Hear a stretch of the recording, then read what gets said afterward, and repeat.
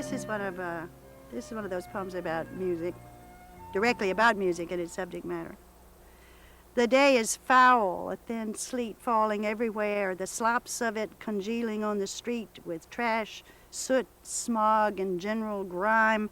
The sky's dark clouds incarnate underfoot. Buses, cars, people, rats, roaches flooding the street with their effluvia. Inside the studio, it's high summer, 18th century rational Germany.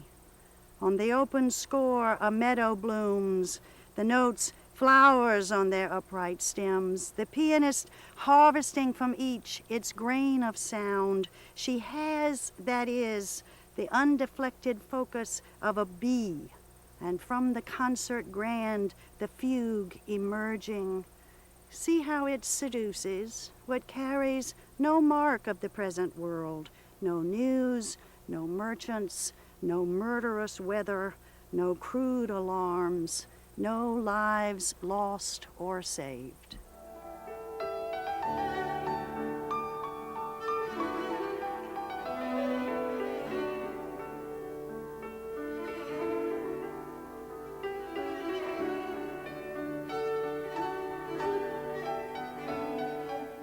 A great number of people who came here to be discovered, to be found. There were also a number who came on vacation to watch. Those two groups, I think, are pretty much gone. I think most people come for the serious conversation about writing and come to have their work looked at and responded to. And the people on the faculty are serious about teaching. Bread Loaf has always been the largest and the best-known writers' conference. It was also the first.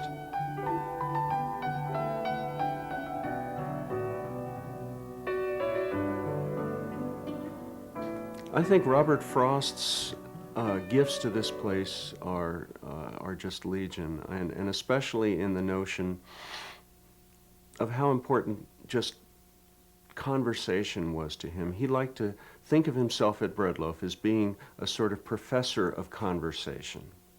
The publicity people would do their brochures for Middlebury, in which he would be called the godfather of Bread Loaf.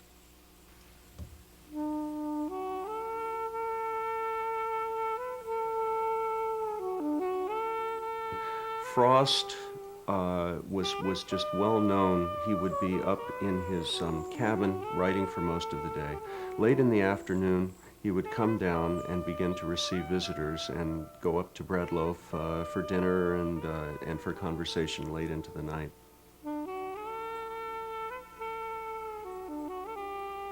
Robert Frost stood here and understood that this was a magical world that he could write from, a place where he could talk about universal things. He heard the sound of the wind in the trees, and he wrote his wonderful poem, The Sound of Trees. He looked and he'd see in the winter a beautifully snowy landscape, and he could extrapolate from that landscape and see this as somehow an image of the human condition. Robert Frost could look into the woods deeply, and he didn't just see trees, but he saw nature as a symbol of the spirit.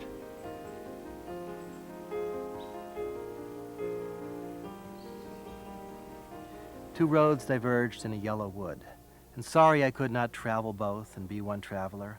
Long I stood and looked down one as far as I could to where it bent in the undergrowth, then took the other as just as fair, though as for that the passing there had worn them really about the same.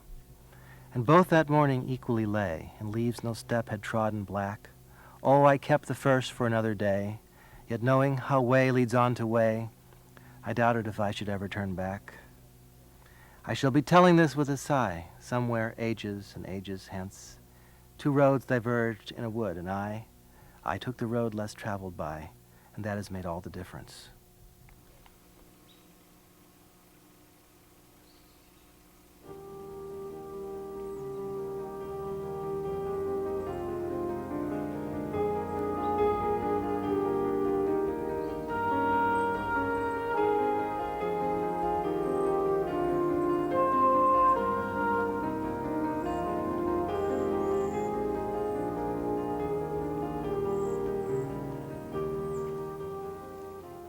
When Frost saw bread loaf in the campus here, he thought this might be a new way of educating people. This might be a way of eliciting some creative response. The people can respond to the landscape, to the beautiful setting, and ideally they should respond to poets and fiction writers talking about writing.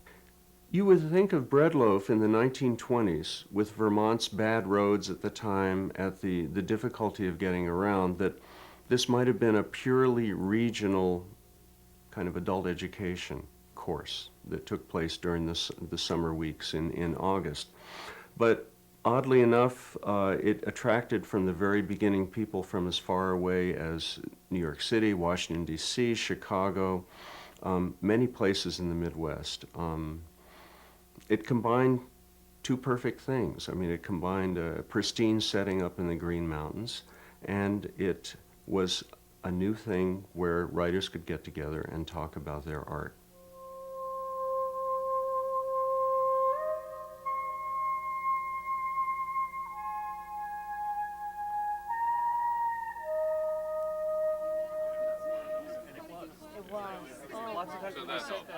Oh yeah, the expectation.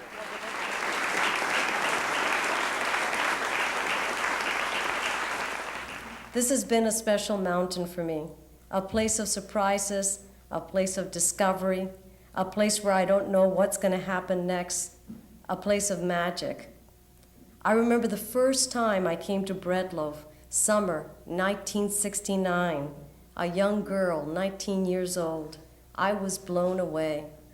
People who loved stories and poems as much as I did. It's a very lonely craft.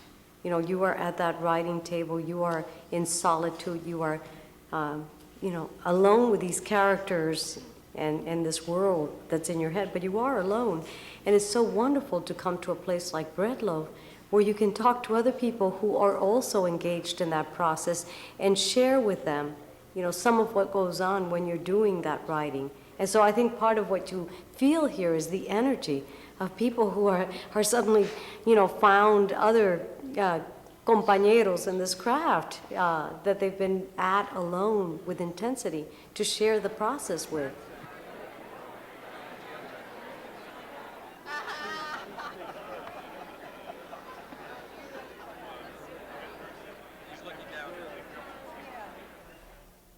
The larger focus for the conference is on the work itself, what it means to struggle to be a writer in America in the 21st century. We come up here to the mountain for 11 days. We live communally. We talk frantically about what it means to be a writer, and that gives us courage to go home and face the blank page, the dirty computer screen, whatever implement that we use as a writer. The life of a writer is solitary. My wife keeps telling me that. It's long hours, and it's continual. You have to write every day. Even if you're not writing, in my case, poetry, it has to be prose. It has to be letters. It has to be essays. It's not just a matter of writing. It's a matter of revising and revising and revising. I have, in my own work, I might revise a poem 50 times. You've got to keep plodding along, as it were, working day after day after day. And you've got to do it almost with a kind of, for me, if I can use the metaphor, a kind of a keeping of the hours, a religious keeping of the hours. It has to be that serious, because it is a calling, it is a vocation, I think. Or at least I prefer it, or I see it that way. And it means you keep writing until the day you die. You do a lot of identifying and taking apart and leaving things out and reconnecting and redrafting. I told the students today that I sometimes spend years just writing and not knowing what I'm doing, letting my jottings go. And then a while later, I see a pattern in it. This is an early poem of mine. It's about waiting for my father coming home from work on the swing shift. It's called Off from Swing Shift. Late, just past midnight, freeway noise from the harbor and San Diego leaking in from the vent over the stove. And he's off from swing shift at Lear's. 8 hours of twisting circuitry, charting ohms and maximum gains, while transformers hum and helicopters swirl on the roofs above the small factory. He hails me with a head fake, then the bob and weave of a weekend middleweight, learned at the Y on Kapiolani 10 years before I was born. Then the easy grin saying, he's lucky as they come. Lucky come Hawaii.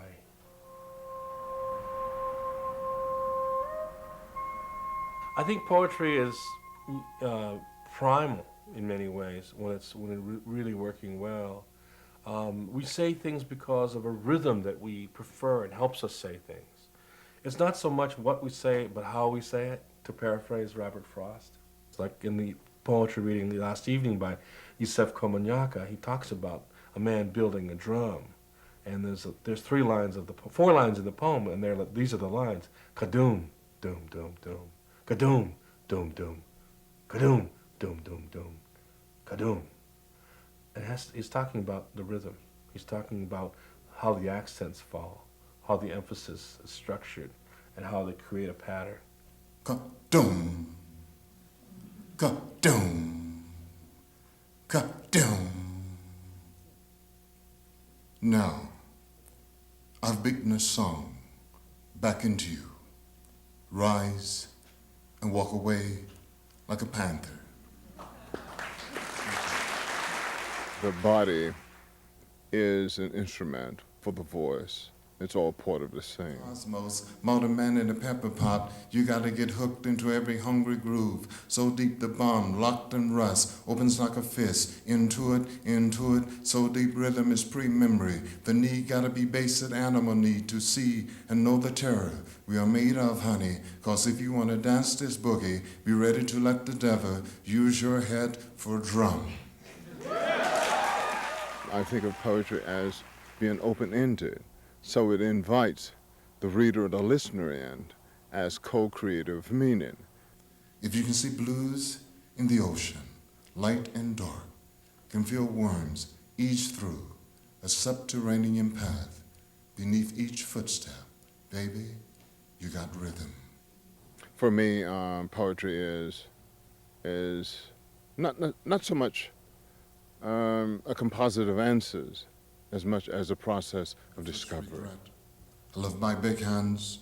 I love it clear down to the soft, quick motor of each breath. The liver's 10 kinds of desire. The kidneys lust for sugar. The skin, the sac of dung, enjoy this spleen, floating like a compass needle inside nighttime, always divining West Africa's dusty horizon. I love the birthmark, posed like a fighting cock on my right shoulder blade. I love this body, this solo, ragtime jubilee behind the left nipple, because I know I was born to wear out at least 100 angels. I read aloud my own work all the time in the middle of constructing it, because those things that are not apparent on the page become apparent to the ear. I think that the short story, bears a resemblance more to the poem as a form, more of a resemblance than the novel would, precisely because of the interest in the line and the briefness of the endeavor, and the fact that it can be held in the mind in a single reading or a single sitting. And so sound becomes ever more important, probably, for me anyway, in constructing the short story. I get up at 2 or 3 in the morning, not on purpose, but that it happens to be the time I can feel alone. And I don't mean alone as in just by myself, but that the world is not going to impinge on me either. There's no one who's going to phone me in the middle of the night, and there's no mail to answer or arrive, and there's no body knocking on the door. And moreover, my concerns for my kids or for my students or for whomever are put to bed.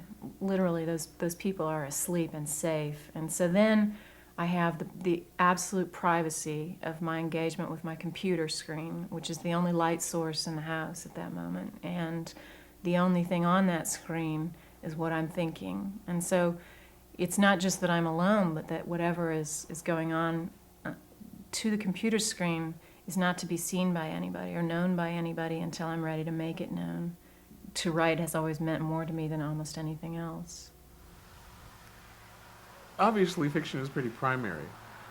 Not only do I escape into it, but it informs me about the world in a way that I really had not thought. I mean, if I think of the way I saw the world before I read Gabriel Garcia Marquez's 100 Years of Solitude, and the way I looked at it after I'd read it, I mean, it's just no comparison. I mean, every book you read, every story you read informs, changes, colors, shifts, and there's always that one book, that one author who really can change the way you look at so much. It's idyllic in many ways, it really is. If your thing is being around writers, talking, writing ad nauseum, it really is extraordinary. I like what a workshop does. It's a mutually beneficial activity. You work on other people's stories, they work on your stories. The class reads a student's work in advance, and then we sit around and we talk about it with constructive comments. They're juice, they're jazz, they're jamming. They seem to know exactly what they got themselves in for and are, swimming 24/7. They really are enjoying it.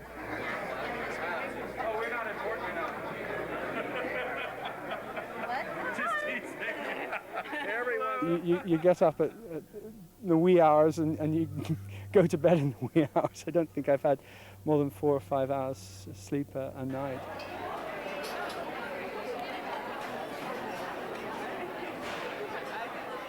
It's so jam-packed. 1 hour you're riding high because you're listening to the lecture. And then you go into your critique and you're falling down like, down to Hades. And then another hour you're up again and it's just continuous stuff. And you're meeting other writers and they're aspiring whichever way they're going. And so it's like up and down, up and down, up and down. And even I, hardened news reporter that I am still very vulnerable in a sense when it comes to creative writing.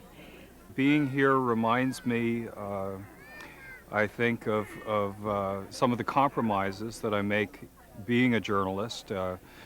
Being a journalist is a quite practical thing. I used to be a freelance writer and lead a sort of hand-to-mouth existence. Maybe it would be more apt to say that being here reminds me of the writer that I would like to be.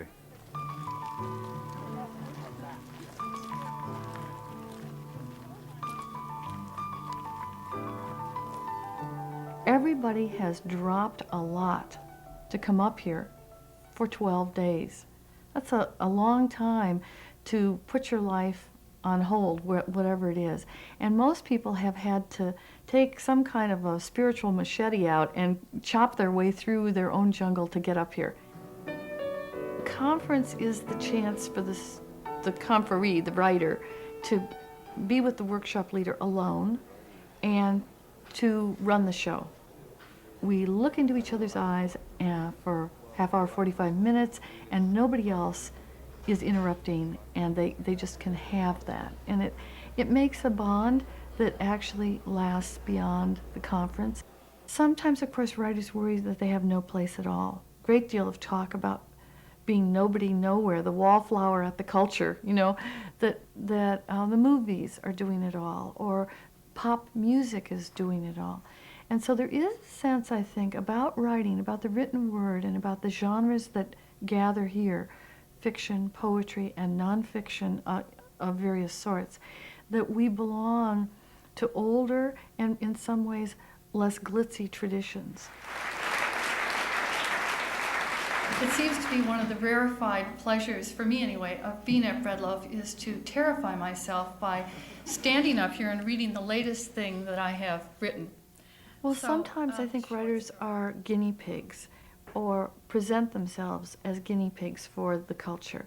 We say things, do things, create stories that illustrate or in some way show things that are happening in the culture. And in so doing, we kind of hold up a mirror and we say, this is what's happening. In Inuktitut, Inuit language, Eastern Canadian Arctic, the word for storyteller is isumtak. It means the person who creates the atmosphere in which wisdom reveals itself. I think there's a popular notion that when you hear a story, you learn something. I don't think that's what happens. I think what happens in a story is that you're reminded again of something you already know. Maybe you know it in your body, or maybe you know it in your emotions without language, or maybe you know it in your mind. But the story reminds you of something that you forgot. And when you remember it, you feel exhilarated.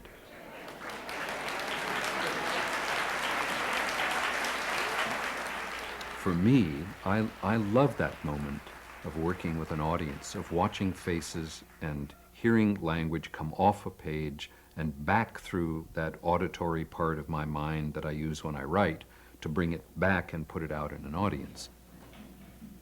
We have a beautiful enterprise with our stories and our poems and our beautiful mother tongue. And it is something like a gift of the gods that we get to come together like this. From my point of view, storytelling is a social impulse, and the social impulse is to take care of your people. Part of the reason I'm at Bread Loaf is to help the people who have chosen to come into a classroom where I am, help them find that way to take what they know and make it into something that will help all of us. There's shipwreck in life from one end to the other. I think every person, probably by the time they're 30 years old, has been driven to their knees. They've been alone in some room on their knees, weeping, wondering, who cares if I die? Why should I bother to get up? Why should I go out the door? Why should I go to work? Why should I try to reform this relationship with this woman or this man? Why should I try for custody for my kids? They're on their knees, and they would just as soon die. They need a story, and the story that they need is a story that they can believe about the purpose of life, and that's the place I want to be in. I knew nothing of Bogota, but I felt the author had captured its essence. My view was that Onésimo Peña had not written a travel book, but a work about the soul of Bogota. There has been no great poet in the history of poetry who has not also been a great reader of poetry. One of the deep impulses in writing poetry is to express yourself and your own feelings, your demons, to transfigure yourself into something. But another equally important impulse, maybe more important, is at some point you read something so beautiful that you wish you had made it, and that something has affected you so greatly that you want to respond in kind. And I suggest that people who want to respond in kind become poets. Sometimes people talk to me about poetry and they say it must be nice to have such a cerebral occupation, and I look at them dumbfounded because it doesn't strike me as cerebral in any way. Everything seems at stake in it for me. Everything's invested. And so it's not as if you're, sitting on lawn chairs, leaning back saying, oh, what can I think about the summer afternoon? You're, deeply engaged with your own emotional life, with your own demons, your own experiences, and you're trying to transfigure them into a made thing, into art.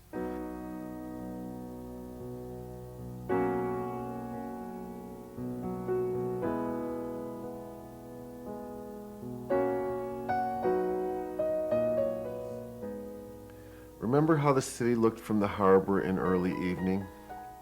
Its brutal gaze averted, its poised and certain countenance wavering with lights. Remember how we sat in sway-back chairs and marveled at the brush fires of dust clear in the distance, The flames scrawled across the skyline like a signature while currents shifted inside us. Ecstasy of fireworks rising in midsummer, of fulvous sails flashing in the heat, and orange lifebuoys bobbing on the water. Ecstasy of flares and secrets in two bodies held aloft by desire. Judge us as you will, but remember that we too lived once in the fullness of a moment before the darkness took its turn with us and the night clamped shut.